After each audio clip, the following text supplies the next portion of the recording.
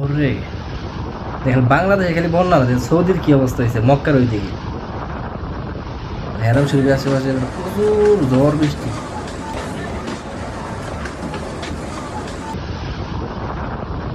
Same same বাংলাদেশের মধ্যে ঘূর্ণিঝড় টাইপের, وهذه الخيرات والرحمات والامطار মানে বেশ কিছু বন্যা টাইপের বোঝা যাচ্ছে। هائلة.